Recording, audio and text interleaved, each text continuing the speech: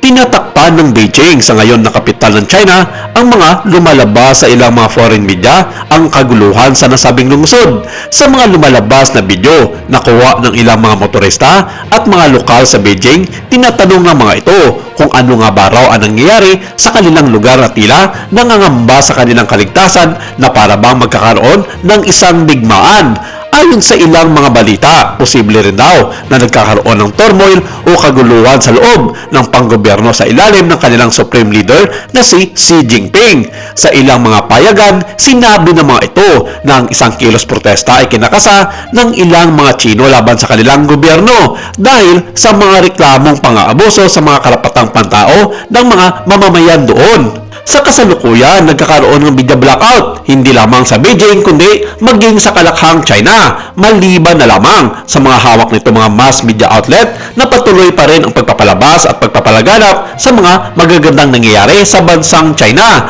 Ang huling nangyari mga pag-aalsa ng mga Chino laban sa kanilang gobyerno ay nangyari pa noong 2001 kung saan libong-libong mga tao ang dumalo sa isang pro at anti-Beijing rally sa kabisera ng bansa bilang suporta at pagkondena ng iba sa desisyon ng China na epektibong hadlangan ang dalawang pro-independence na bababata sa panungkulan habang lumalaki ang pangamba sa mga kalayaan ng lungsod na nasa ilalim ng banta gayon din at sa ilalim ng pamamahala ng isang komunistang bansa.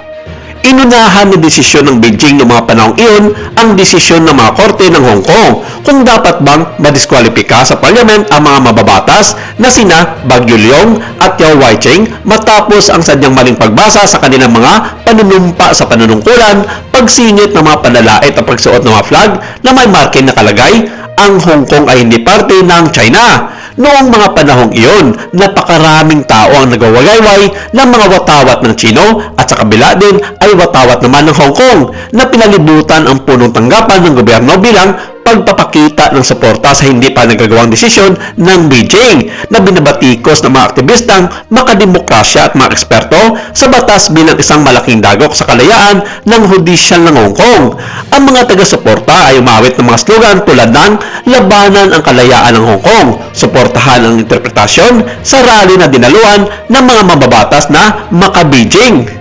Nakabinbin pa rin ang desisyon ng mataas na hukuman ng Beijing kung dapat bang madiskwalipika sina Leong at Yao. Natapos din ang mga pag-rally sa kabisiran ng China at halos 300 mga anti at pro-Hong Kong ang inaresto ng mga pulis sa China at hindi binigyan ng pardon para makalaya na hanggang ngayon ay patuloy pa rin dinadanas ng mga ito ang kanilang mga papait na sinapit sa kulungan ng Beijing. Sa ngayon, maraming mga miyembro ng international media ang nakatutok sa sitwasyon sa Beijing sa mga nakaambang gulo doon na pilit namang pinagtatakpan ng gobyerno ng China ang mga nangyayari sa pamamagitan ng pagkukontrol sa mga lokal at foreign media para pigilan ang mga ito sa pagkukover ng mga balita at pagpapalaganap sa tunay na sitwasyon sa loob ng Beijing.